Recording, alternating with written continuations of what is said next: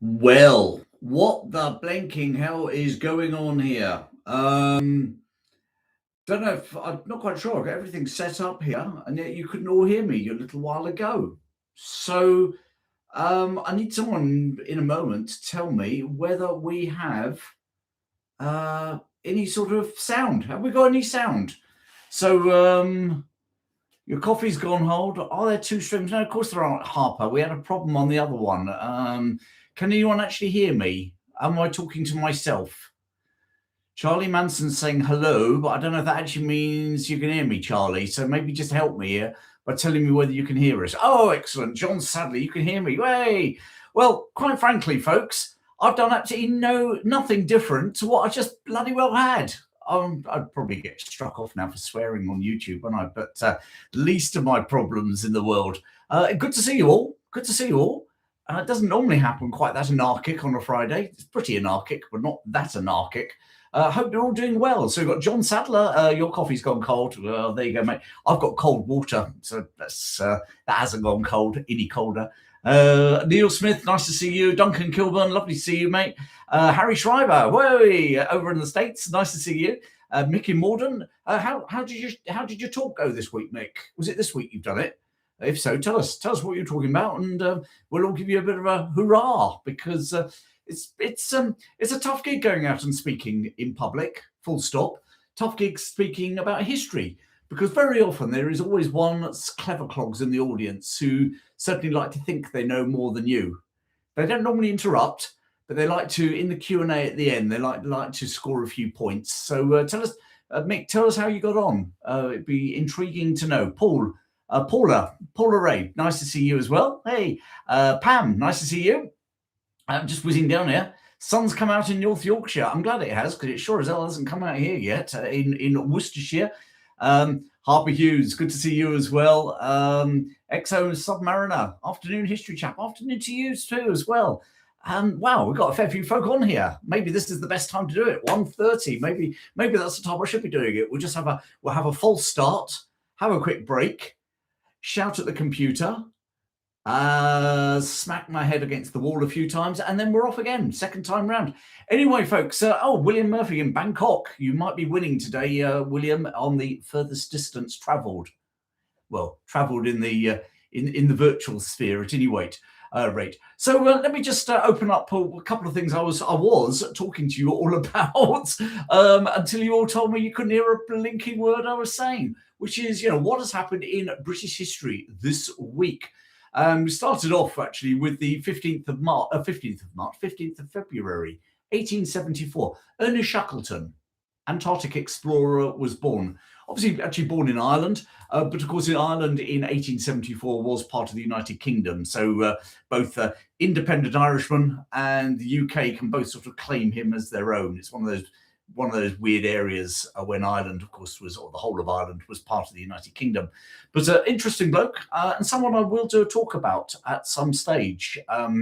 Certainly not, maybe not his big rescue one, because that's been done to death, hasn't it? Elephant Island and all of that. But his early expeditions, where he very nearly got to the South Pole years before Amundsen and Scott.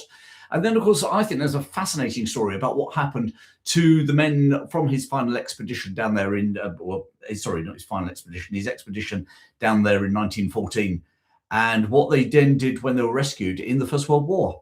Shackleton himself has an interesting role. He ends up in Murmansk, up in northern Russia, when the British got involved in, it was an international involvement in the Russian Civil War on behalf of the White forces against the Bolsheviks. And he's up there.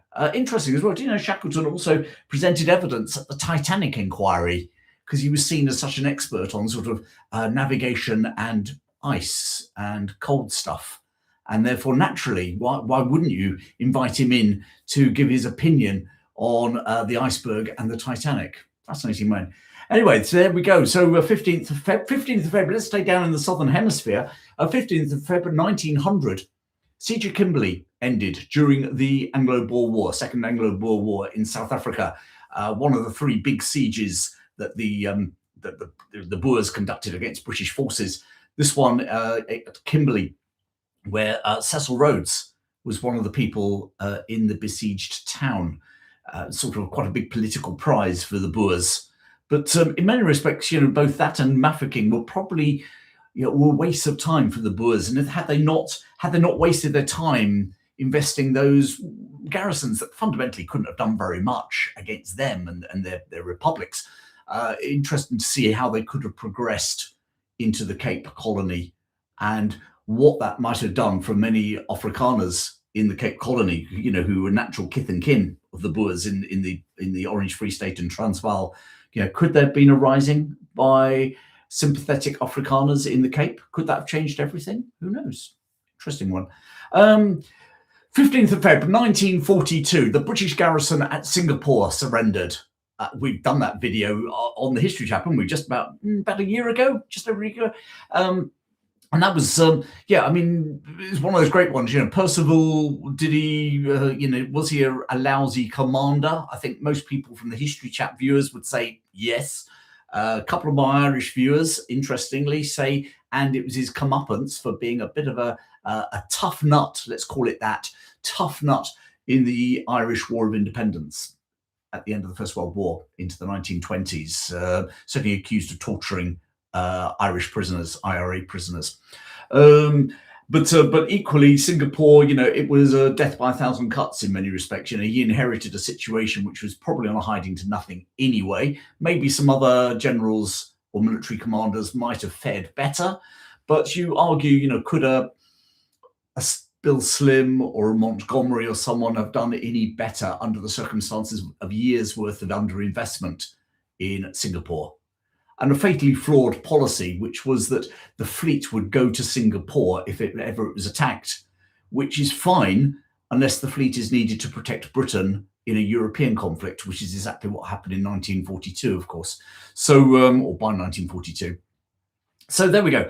Singapore surrendered in 15th of February 1942.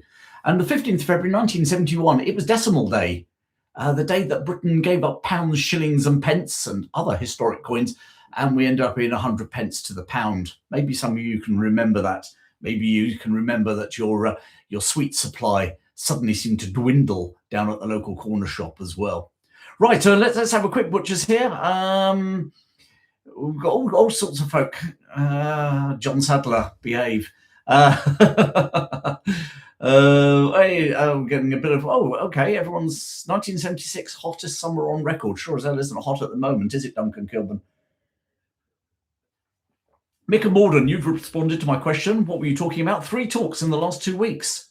One on the Wandle and its watermills down in the sort of the Surrey, South London area. Okay. Oh, wow. Good turnouts as well. Well, congratulations. As I say, I obviously do some talks, and I have to say they're both, I love them because there's real adrenaline when you've got real people in a room. But, as I say, it's always hard work. You've got technology that doesn't necessarily play. You've got people with hearing problems. Always one regular smart ass somewhere in the audience. I don't get too many of them, actually. But there we go. So well done to you. And obviously available, any of you who are involved in, military associations, U3As, National Trust groups, anything like that, you fancy a reasonably good speaker, I'm your man. Give me a shout. I come around the country, tend to spend most of my time in the Midlands and the northwest of England, but that's mainly because I get a lot of gigs word of mouth. So got one coming up in Oxfordshire in the new year, later in the year. Got a couple up in Cheshire.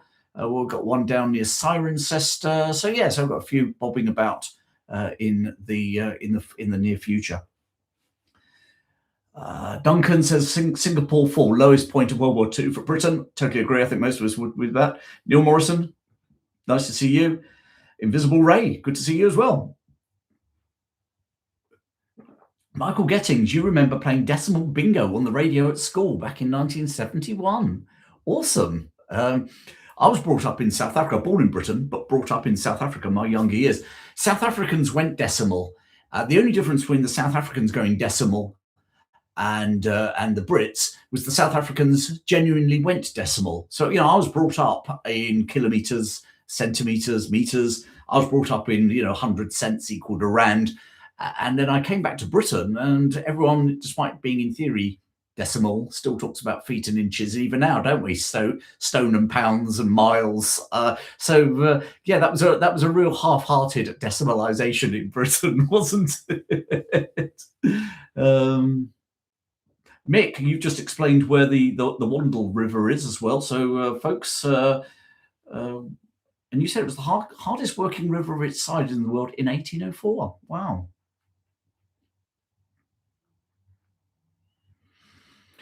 Monty, Frederick Stewart, you said, was it the East India Company who took an interest in Singapore or just Raffles alone?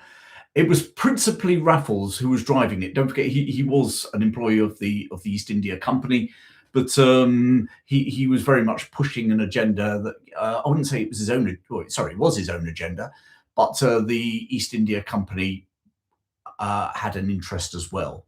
But it probably wouldn't have done anything if Raffles hadn't taken the initiative. That's my take on it. I don't know a lot about it, but it'd be a good story to tell at some stage, wouldn't it? The founding of Singapore. Yeah. John Sadler, yay! You're doing all that stuff there. Thank you very much. 3 feet for the yard.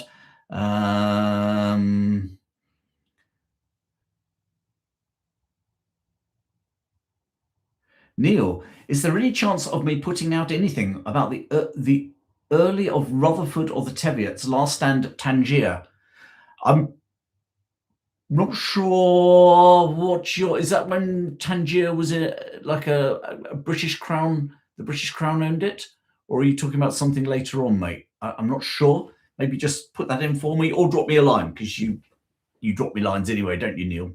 Through my website at the chris@historychap.com. Neil, and okay, and now you're on a roll now. You want to know the execution of Oliver Cromwell after his death. Great story, that one, isn't it? And of course, it wasn't just Oliver Cromwell either that was dug up by a slightly vengeful Charles II and his supporters. So yeah, we're all on to everyone's now. John Sadler is on an absolute epic. Yeah, you're on an imperial mode today. I don't mean British Empire mode. Just we are talking non-decimalisation. And Ian Lamont says you need to return to South Africa to do a battlefield tour. Interestingly, actually, and I've been someone's made contact, but from a South African military veterans association, seeing if we could do some sort of work together. Not sure how or what at this stage, but that'd be quite a good one, wouldn't it? Not least they could actually tell me to pronounce my Afrikaner words much better than I was ever taught at school in South Africa. Duncan Kilburn says Cromwell is your favourite British historical figure. Interesting, Duncan. In the chat, and this is setting you up for a fall, isn't it? Duncan, just tell me why he's your favouriteest British historical figure. Because I guess there are a lot of competing characters in there. But I do remember that when the BBC did a Greatest Britain series right at the beginning of the 2000s, Oliver Cromwell made the top 10. Wasn't it the final push for the number 1 spot? But he was in the top 10. Winston Churchill won it. I'm not sure. I wonder whether Churchill would win it if we did a Greatest Britain now. Isambard Kingdom Brunel came second. So, yeah. And then there were a couple of other interesting characters. I can't remember the full top 10, but I seem to remember John Lennon made an appearance in there. And I think Princess Diana was in there as well, wasn't she? I wonder who. I'll be interested to know, actually. So, Duncan, you tell us why Cromwell's your favourite. But as a general throw in there, if the BBC were running a poll now, who would you put in as your top Briton of all time? Let's get a bit of a fun debate going on there. I can't put it as a poll because in YouTube, the poll thing you can put up is an either or. And at the minute, I don't know who's in the running. So tell us who's in the running for you. Who would you consider the greatest Brit of all time? But there were some interesting nominations back in the 2001. I mean, Owain Glyndŵr was quite high up, far higher up than Robert the Bruce was. So I'm just looking to see. God, we got a whole lot of. I wish I'd mentioned blinking decimalisation day now.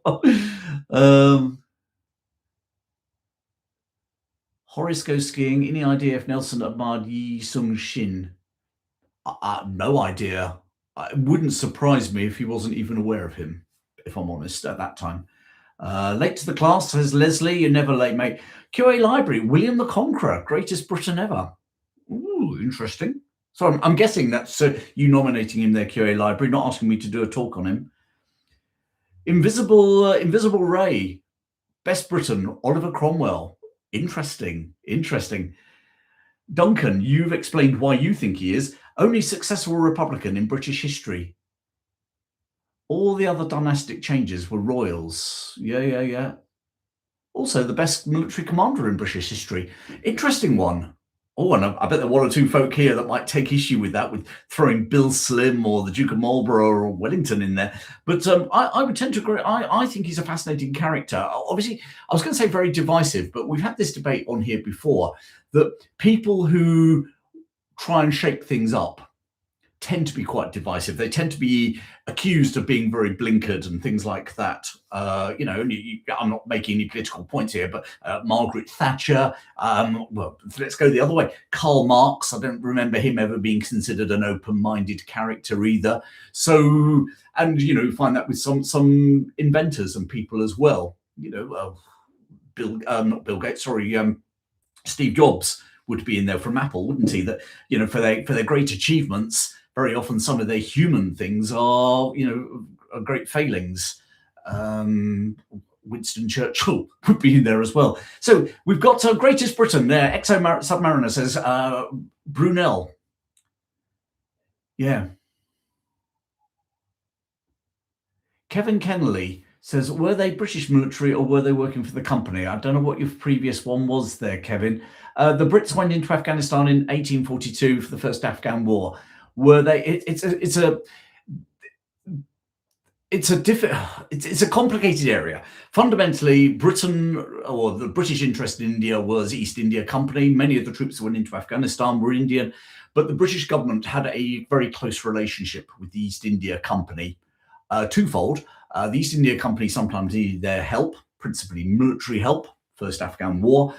Equally, the British government were, by this stage, and after Robert Clive and people, the British government were very keen to make sure that the East India Company didn't go rogue.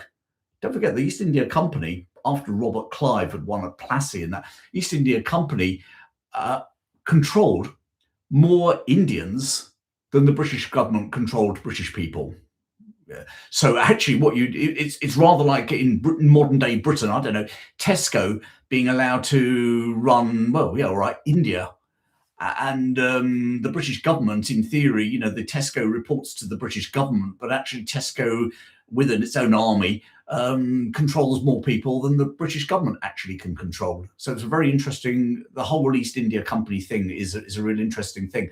By the way, I mentioned last week, William Dalrymple, author of The Anarchy, is speaking in Britain this summer on a tour. I've got tickets now to go and see him at Malvern. But look him up, William Dalrymple Tour, Britain 2026, and get your tickets. Interesting bloke, interesting knowledge of the East India Company. Who else have we got coming up here? Nelson, considered a great good figure in British history, says Harper Hughes. Isn't Nelson? Yeah, Nelson would be up there.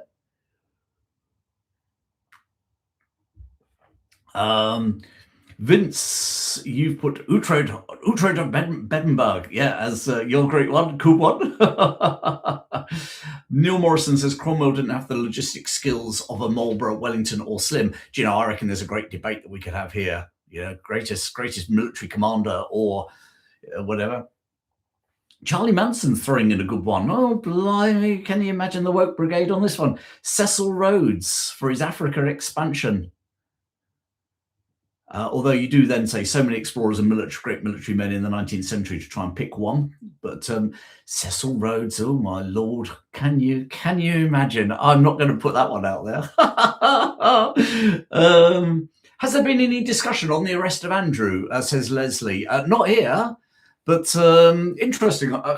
If I'd run, there's a great history bit there, okay, which is the last time such a senior royal was actually arrested, was Princess Elizabeth. No, I don't mean Queen Elizabeth II, Princess Elizabeth Tudor, who became Queen Elizabeth I, arrested by her half sister Queen Mary after Wyatt's rebellion in the during her reign back in the 1500s, middle of the 1500s. And interestingly, she's arrested because, well, Queen Mary and some of her and people around her were suggesting that Elizabeth was implicated, very heavily implicated, in Wyatt's rebellion. Wyatt never admitted that, and never admitted she was.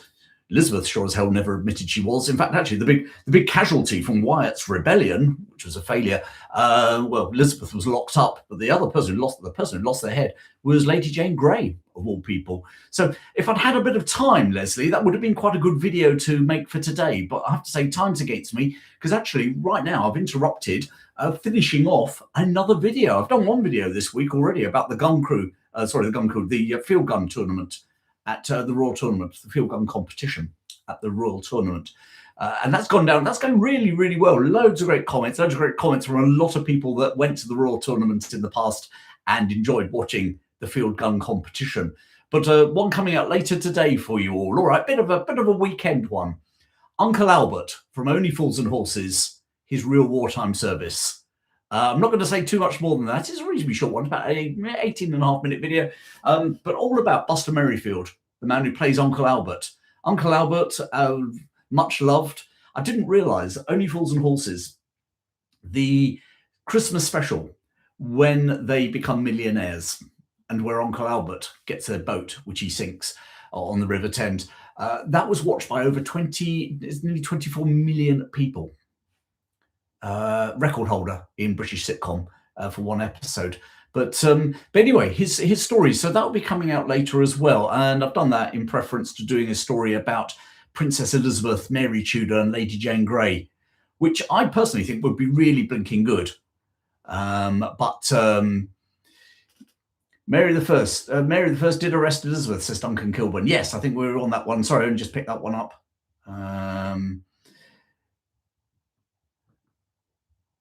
But anyway, Leslie, you've got a place in your heart for the sad fate of Lady Jane Grey. Yeah, she was, unfortunately. And, you know, Mary Tudor didn't dislike her personally. Mary Tudor saw her as someone that the opposition could galvanise round, and therefore she had to be removed from the scene. Got a whole lot during the war, says Richard Phillips. During the war. And there's that brilliant moment from Uncle Albert when Del Boy says, if you're going to say during the war, I'm going to pour this cup of tea over your head. During the 1939 to 45 conflict with Germany, says Uncle Albert to get his way out of there. But Buster Merryfield had an amazing career. Don't forget, Buster Merryfield only really got into acting. He'd been in Amdram, but he became a professional actor when he took early retirement from the bank. He was 58 before he started doing proper acting.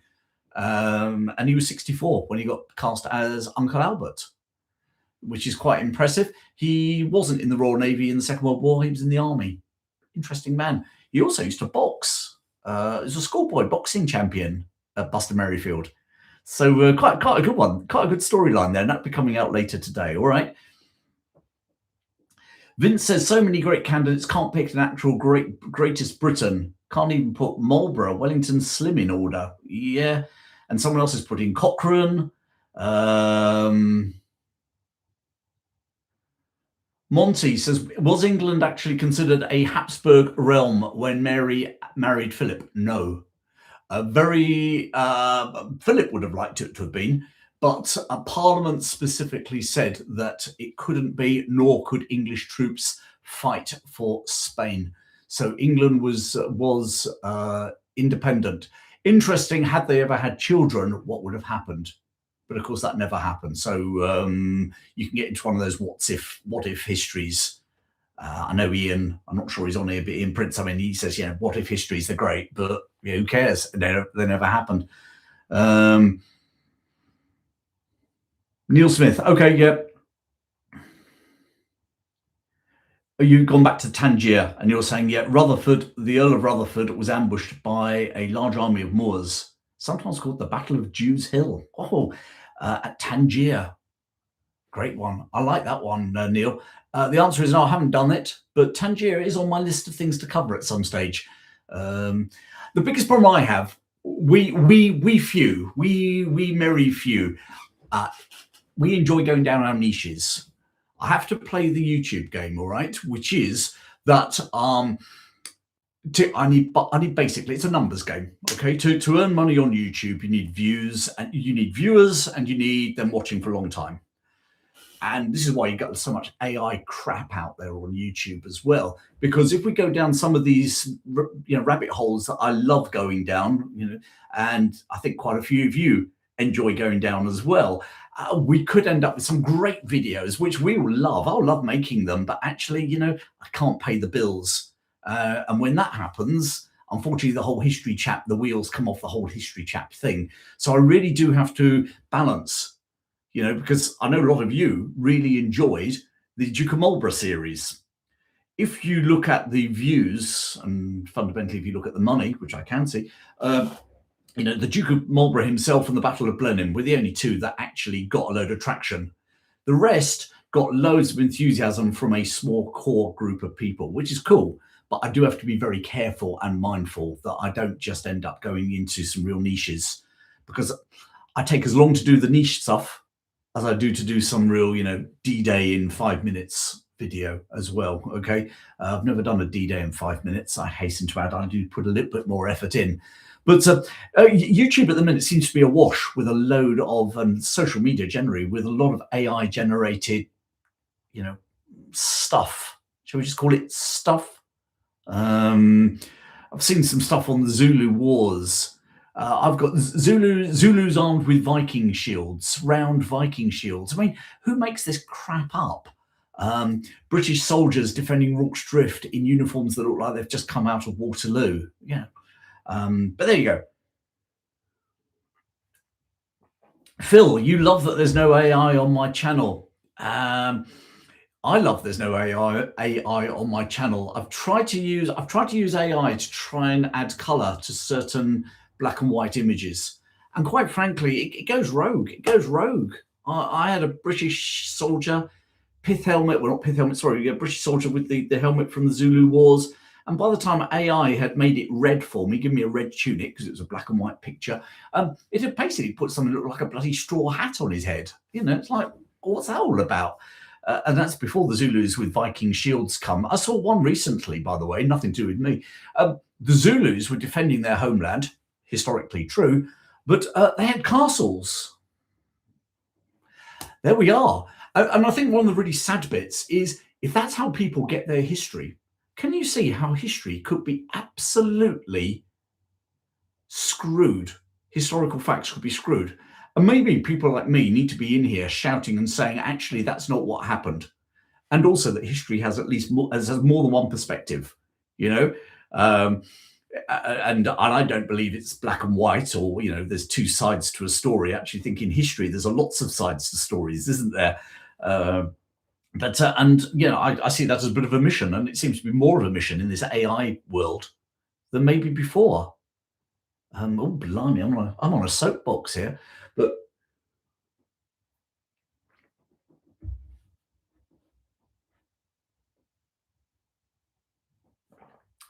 Harper says, what is the king's position if the queen is the head of the monarchy? If Queen Victoria is the head, what is the position of her husband? Well, her husband was called the Prince Consort, and effectively that's exactly the same role that Duke of Edinburgh had. They are not automatically made kings. So there. In fact, apart from just thinking of the queens we've had, Mary I marries King Philip of Spain. So he was a king in his own right, obviously. Elizabeth I didn't marry at all. Then we have William and Mary.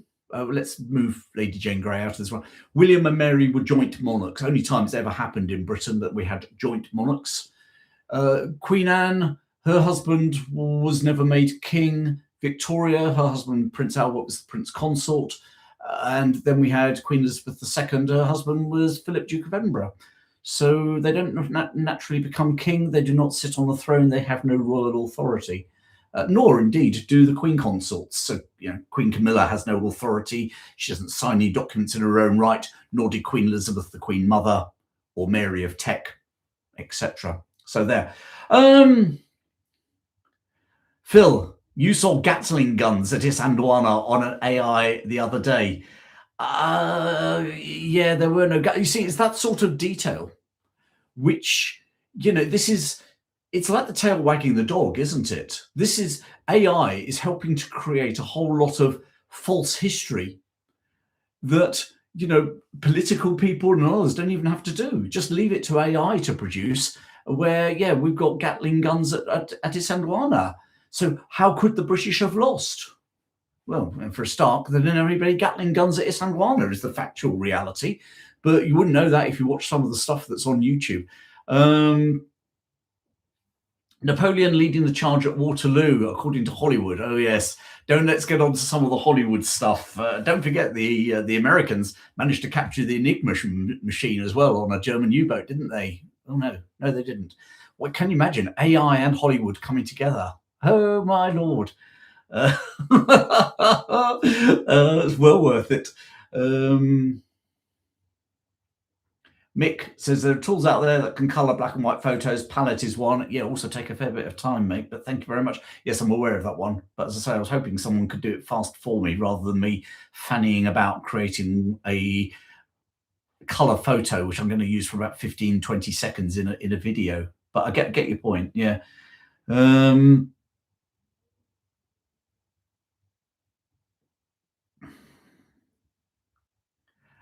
Michael Gettings, like your comment there about history and being taught by different sides.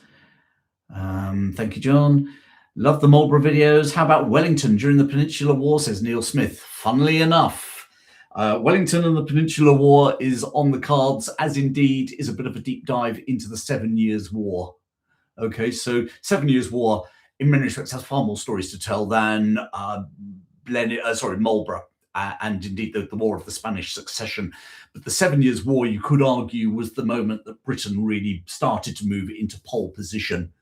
Up until even at the end of the War of Spanish Succession and that, Britain, it was only newly formed Britain, was still starting to muscle in as a bit of a power who should be taken reasonably seriously. And when they sent armies to Europe, actually they held their own quite well, which historically hadn't been the case for centuries. Arguably, the 7 Years' War, during which time we have Clive of India, or Robert Clive, winning at Plassey, basically finishing, and not just him, Erkut, finishing off the French presence in India. We have General Wolfe dismissing the French from North America. And history turns dramatically because of that lack of French input in North America, lack of French threat to the North American colonies and to the colonists. But also, you also have the Battle of Minden. We had the Battle of Quiberon Bay, where the French potential invasion fleet is decisively defeated. The War of the 7 Years' War was fought in across the continents. Of course, the British end up capturing the Philippines, or for part of it. The British end up capturing Havana in Cuba. Some really good stuff. just seeing angry emojis from aka Jason Bourne. Don't go there with the Enigma machine. I won't. But so Neil, thank you very much for that thought on the Peninsular War. We will get there. And again, the problem is, for me, is you can't do the Peninsular War by hitting like 3 key battles, can you? You've got to get in some of the stuff behind it. And that's where we've got the potential to end up going down some rabbit holes that we all like, but the wider YouTube, it's not YouTube's problem. YouTube shows people videos that they might be interested in. The problem is I can come up here and say there's a Battle of Barossa, or you can watch some AI trot from, the Zulus fighting the Zulus armed as Vikings and indeed looking like samurai warriors fighting British soldiers who look like something out of the American War of Independence at the Battle of Isandlwana at Rorke's Drift. And it's only going to be 3 minutes long. And there's a whole lot of group of people out there that think, oh, that's a good history video then. Radio.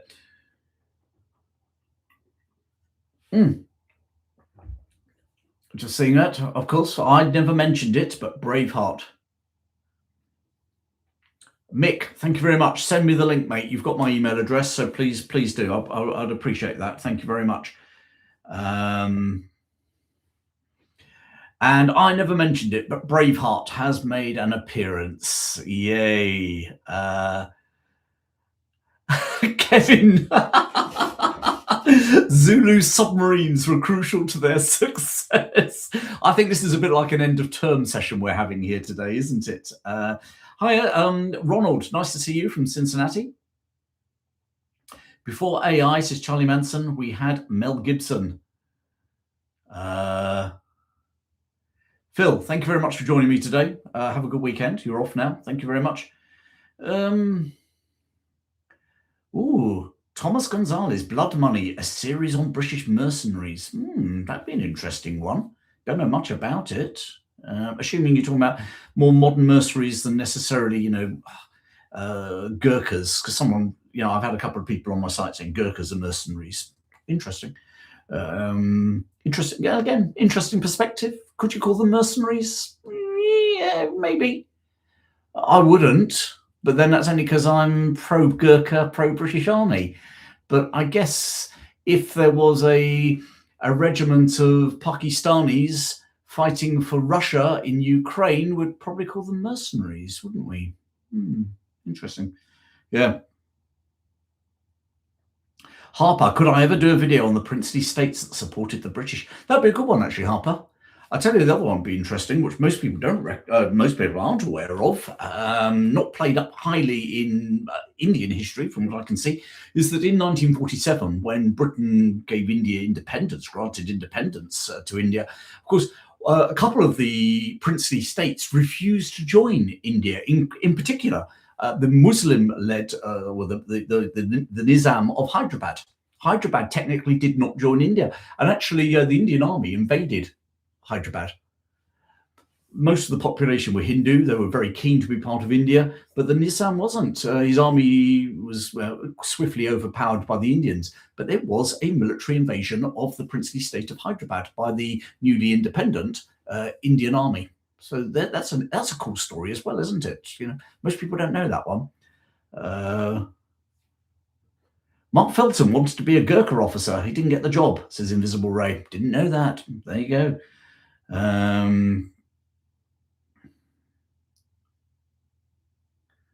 Kevin, if you fight the Gurkhas and can actually defeat them, you can call them mercenaries. Yeah, as I say, I mean, I don't have a great axe to grind on that one, but then, put me in a different situation, not necessarily with the Gurkhas, but with another foreign army, foreign country with foreign soldiers fighting for it. Are they mercenaries? Yeah, okay, interesting. One man's hero is someone else's. One man's freedom fighter is someone else's guerrilla fighter, and all that sort of stuff. Yeah. Anguilla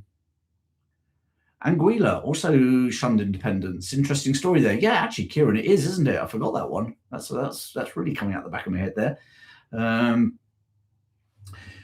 Lionheart says, Chris, would I do a video about John Hawkwood in Italy?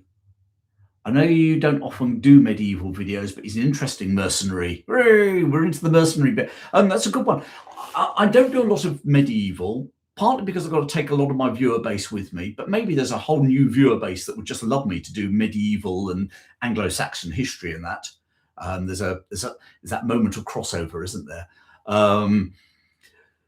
Strategically as a business, shall I say? But I love other parts of British history apart from Victoriana. You can tell I loved doing the Marlborough stuff. I think by my interest in talking about Lady Jane Grey and Mary Tudor and that, you can tell that I think there's some great stories from that period of English history.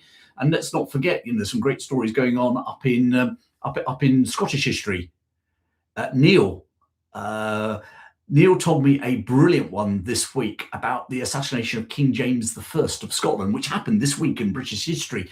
And he tried to escape. He was the man that basically brought tennis to Scotland and used to play tennis all the time. And he tried to escape the attempted assassination by going down a sewer, or drain.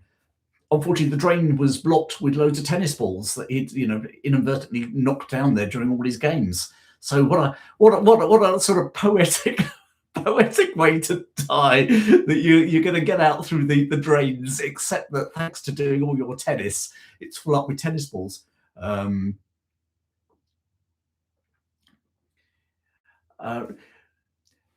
Ritesh Raj, thank you. If I've said it right, Ritesh Raj.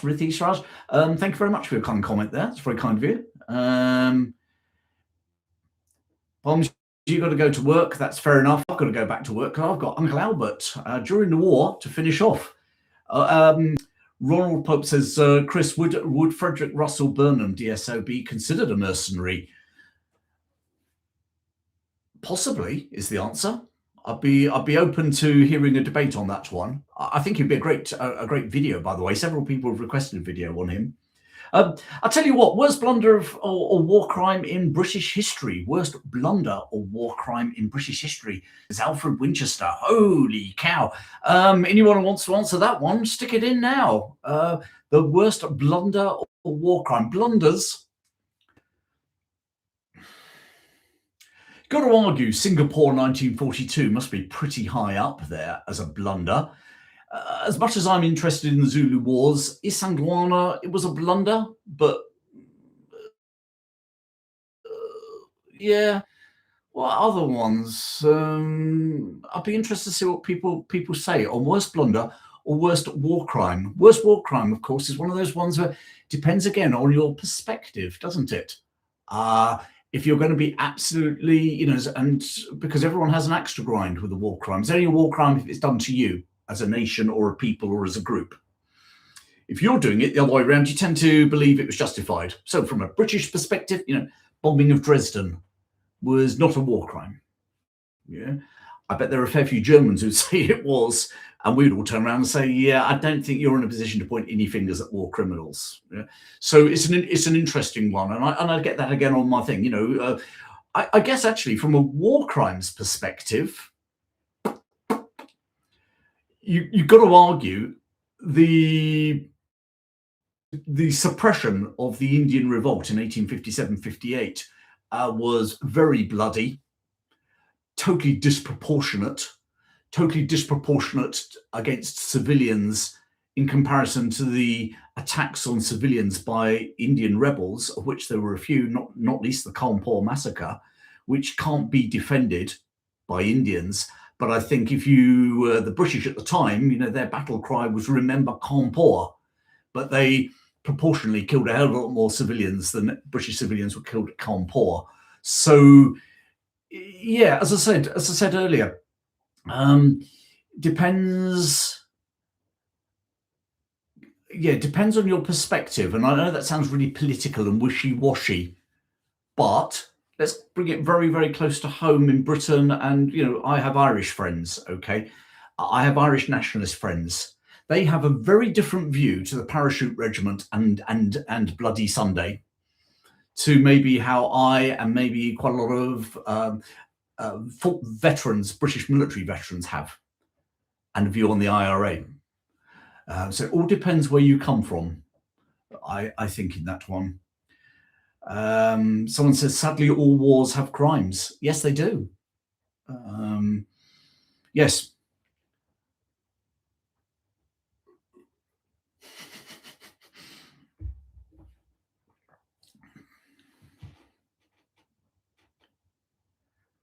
Harper Hughes, Jallianwala Bagh massacre, otherwise known as the Amritsar massacre.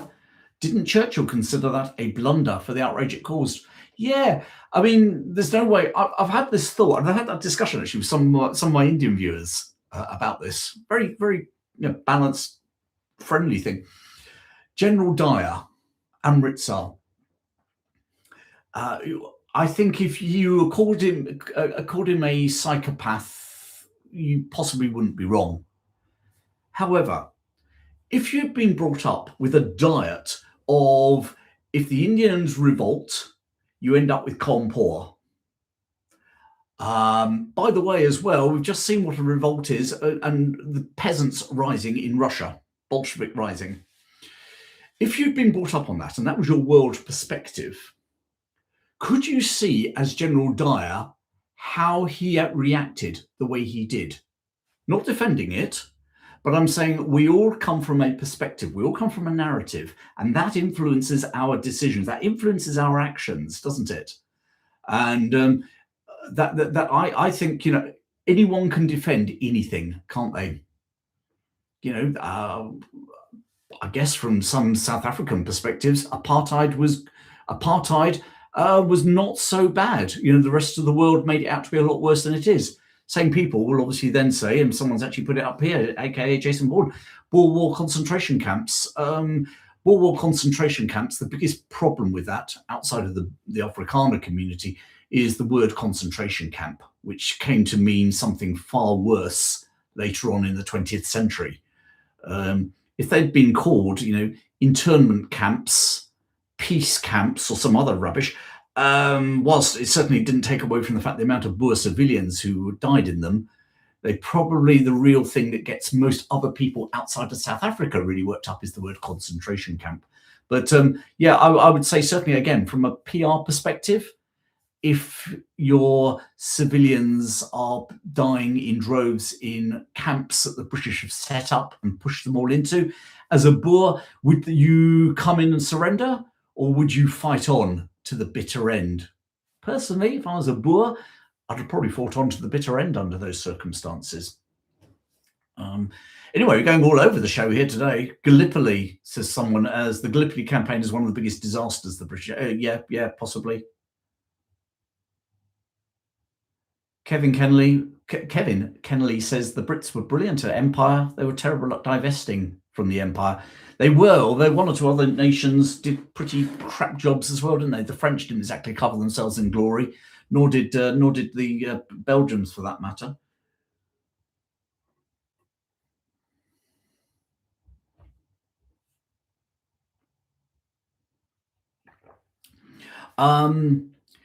Ritesh Raj says, you've heard many people argue Churchill was a racist bigot who was as bad as Adolf Hitler, and intentionally caused the Bengal famine in India.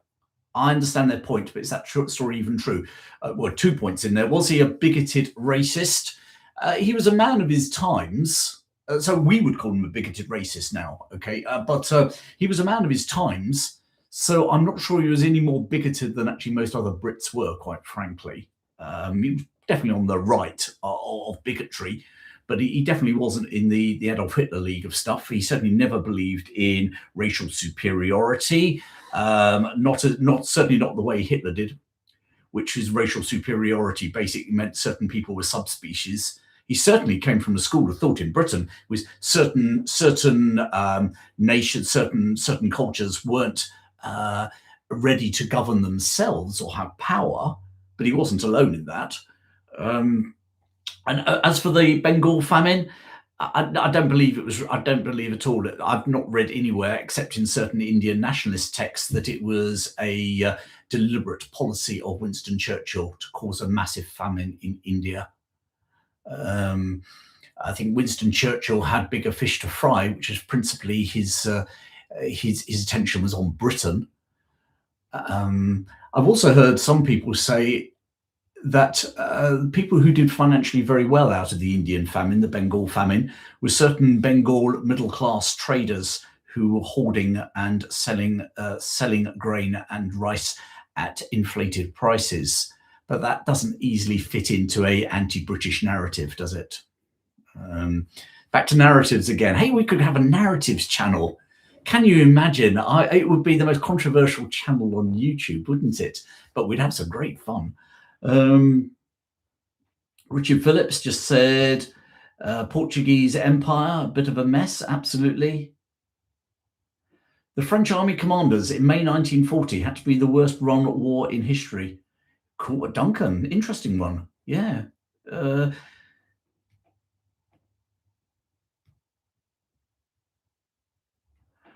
Charlie Manson, completely off topic. I need to moan. You've left your garage door open last night, and it would appear the local tomcat has marked it as his own. It stinks in here. Funny enough, I've got a bloody cat that's doing exactly the same in my front garden. And I found this pepper stuff from the local thing. I have chucked it all over. You can't go out there now without sneezing. If that cat gets apple cider vinegar, says someone, as a different thing. I use apple cider vinegar to ward off gout. Actually, there you go.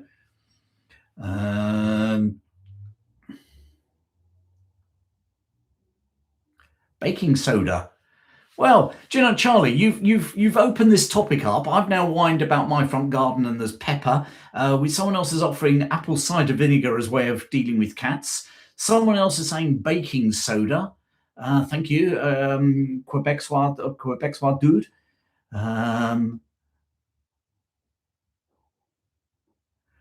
Kevin, you say in America you got a narrative channel. It's called Fox News. Oh, we've got Battle of Saratoga being thrown up here as an interesting one. Yeah, okay. Um,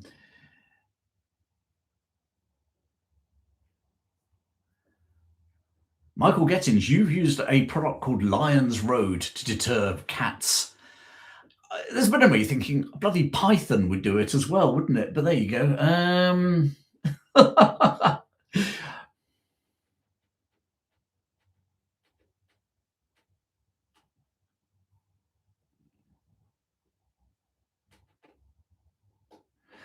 Ritesh, you've just made a cool comment as well. Back to the Bengal famine. Fascinating, thank you.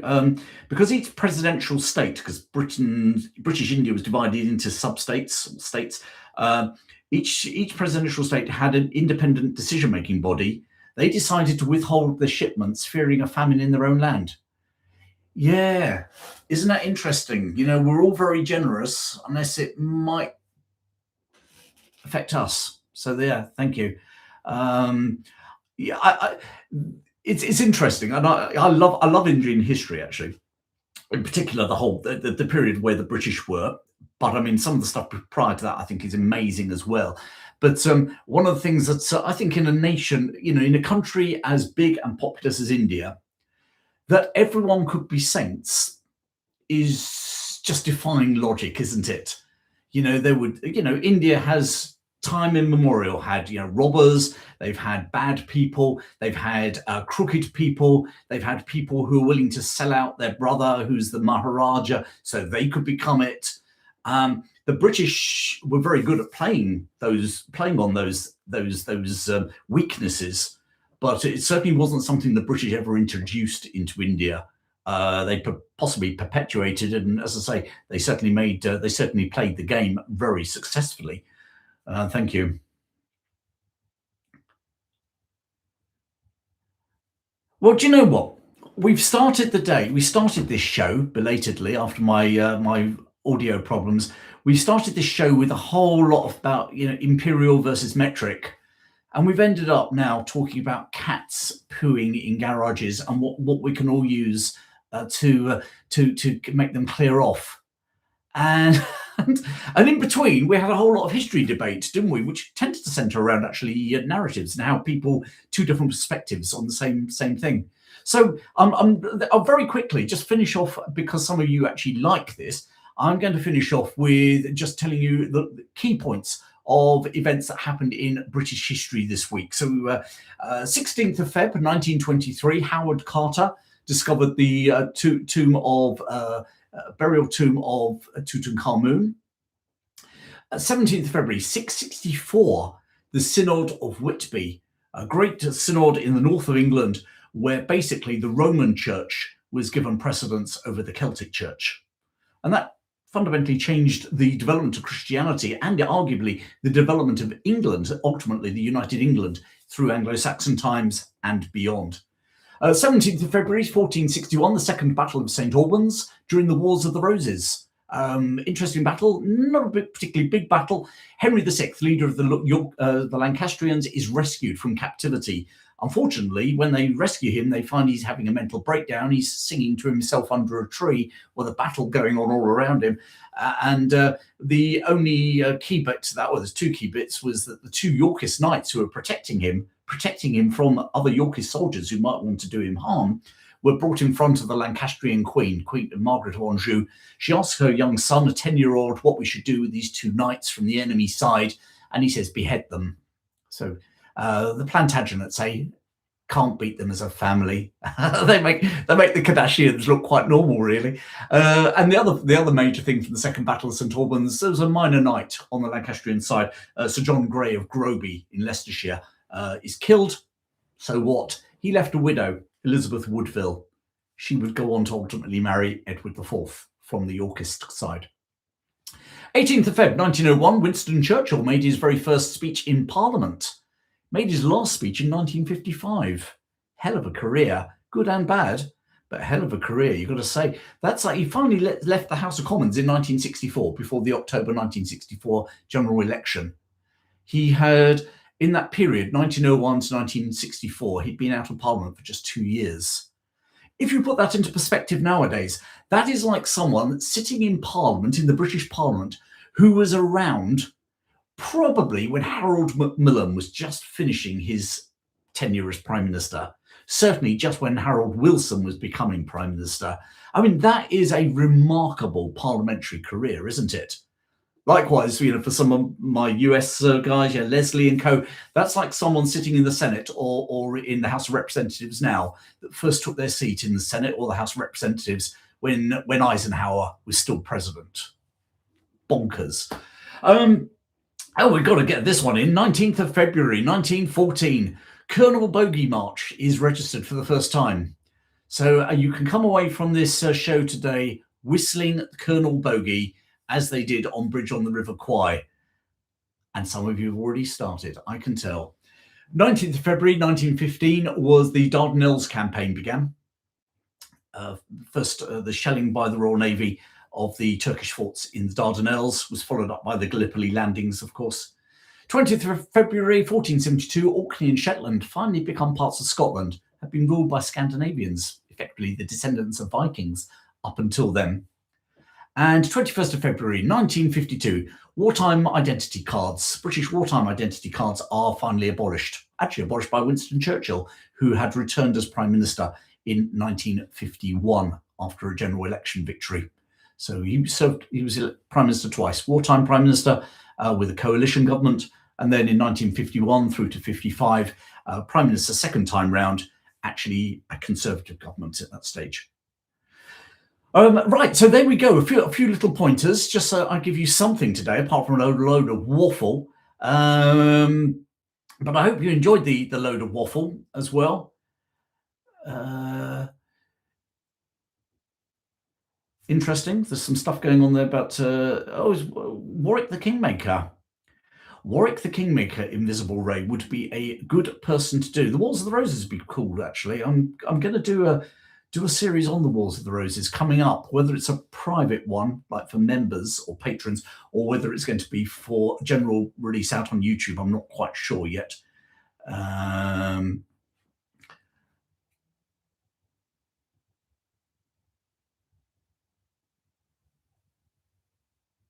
Invisible Ray. We should never forget Kingmaker. He was the second Cromwell after de Montfort. Okay, interesting one.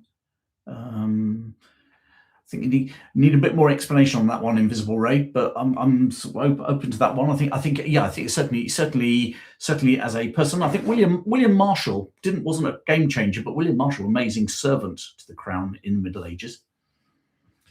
Kevin Kennelly sees many zombies serving in Congress. Fair enough.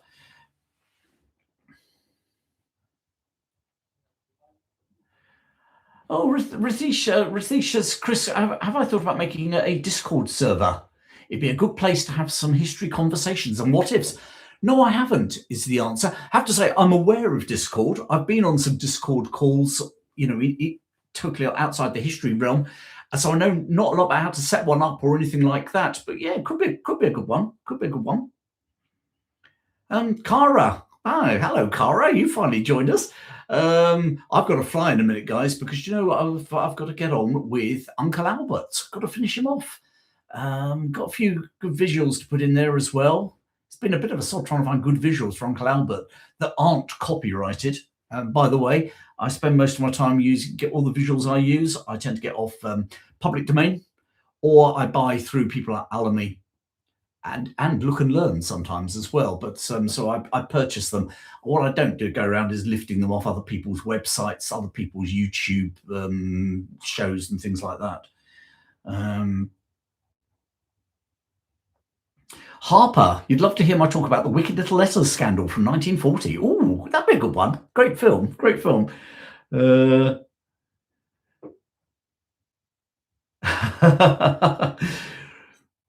Harper, 1920. Okay, fine. Can I cover more of World War One beyond the Western Front? Would love to, and will be. Okay, I have to say, Western Front has got some great stories, but number one, they're done to death. Pardon the pun. But number two, we as a Britain, this is have a fixation on Flanders Fields, the World War One stuff, and actually for World War One, it's only that. And I think we need to realise that British. So I've got Salonika Front coming up. I've got the Battle of Tanga, which is an interesting one. I want to do a bit more about the Middle East. I'm going to do Jutland as well at some stage because I think that deserves a piece in its own right. But I appreciate that Ian, one of my big supporters, Ian, really wants me to do Jutland. Some of you have asked me if I would do Boy Cornwell as well at Jutland. He wasn't actually the youngest Victoria Cross recipient ever, but he was one of the youngest. Former Boy Scout who stays at his gun, manning his gun, young 16-year-old, I think he was, might just still been 15, but interesting story. But yeah, and we've got some other stuff like the British and the Japanese attacking the German port of Tsingtao in China at the beginning of the First World War. So yeah, loads of that. Okay, Duncan Kilburn says Lawrence of Arabia. Done Lawrence of Arabia. That's on the channel. Put History Chap Lawrence of Arabia and you'll find it. I only did it just before Christmas, actually.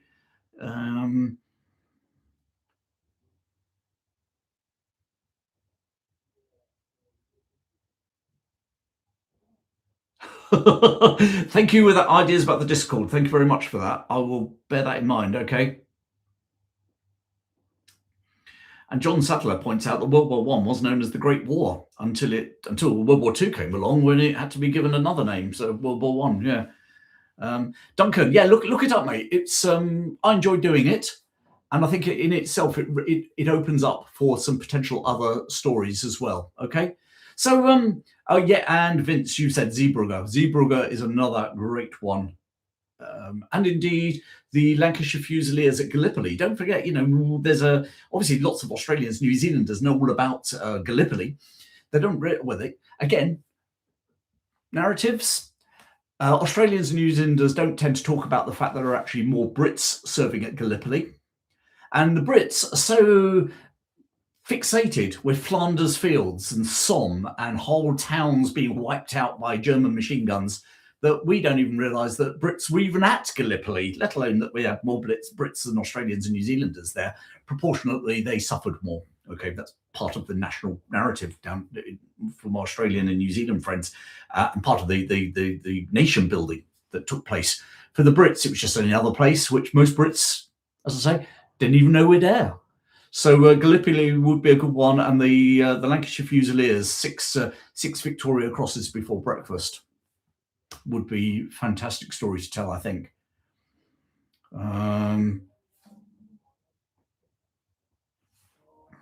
Charlie, thank you very much about that. Yeah. Okay, yeah. Thomas Cook did tours to the Western Front, and that helped build it into the memory. I think as well the fact that a lot of the PALS battalions and that served on the Western Front sort of helped create this image in British mind of a pointless war, loads of young men dying for no good reason, and generals back in chateaus, a bit like General Melchard in Blackadder, not really, totally out of depth, and totally ignorant of what was going on the front line. Interesting, if you go down that road, is if the British were so incompetent in the First World War. Oh, and by the way, the British were actually on the winning side in the First World War. Let's not forget that. But if the British were so incompetent in the First World War, throwing men at machine gun posts and all that malarkey, what were the French, the Germans, the Austrians, the Russians, the Italians, and indeed General Pershing from the USA doing with that was alternative? And the answer is they weren't, were they? It was a bloodbath on all sides. It was a war that actually, industrial war, had outpaced both military training, but equally some parts of military warfare had outpaced other parts. I studied at university, and one of the classics was you could have machine guns mowing down people, but you still had runners taking orders from one part of the field to another. We didn't have walkie-talkies and things like that. Interesting one, General Pershing, he effectively sat on the side watching the Europeans tearing themselves apart during the First World War for 3 years. You would think that he would have spotted, like, there must be another way of doing this. Okay, just because the Brits and the Germans and the French are really stupid and locked into this mentality, we're coming from the United States with a brand new way of fighting the war on the Western Front. He did exactly the same thing, didn't he? So I think it's a really interesting, for me, in British history, that we have this real thing about the British generals were a load of rubbish. And you could argue they were, but somehow we were unique. You know, we weren't. Everyone else was doing the same blinking thing. That's why the butcher's bill was as high as it was in the First World War.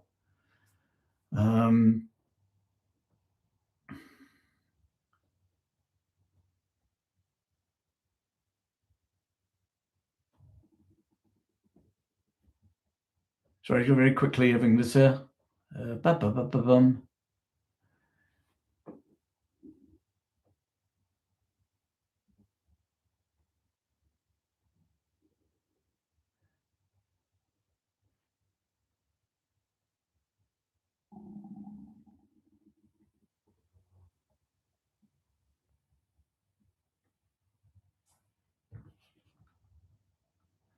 Timothy, okay, that's interesting. Thanks for your comment, mate. Yeah, okay, right, right. I'm going to sign off because I've got to talk about during the war, but Uncle Albert during the war. So I hope that you have a great weekend, and I look forward to seeing you this time next week, where hopefully we won't have any audio problems. How about that? Have a great weekend. I'm off to see the rugby again tomorrow. Worcester Warriors versus Caldy from up in my old Holt stomping ground up near the Wirral, or from the Wirral, and I was obviously up in Cheshire. So a rugby weekend. Sarah's at a funeral at the moment, so that's a bit of a swine, isn't it? But these things happen, and unfortunately, I'm sad to say, Sarah's dog Tilly has been diagnosed with cancer. So it's well, not final days per se, but unfortunately all going in one direction here. So there you go. On that cheerful note, folks, I'm going to love you and leave you. Thanks for your support. Have a look at the field gun competition video if you haven't seen it already. Great bit of British history, great bit of history, great sporting event, great military event as well at the Royal Tournament. And then walk out later today, probably somewhere between 4 and 5 o'clock, we're going to be having Uncle Albert, the real wartime exploits of Uncle Albert from Only Fools and Horses, the brilliant actor Buster Merryfield. Until next week, have a great week, and I'll see you soon. Bye.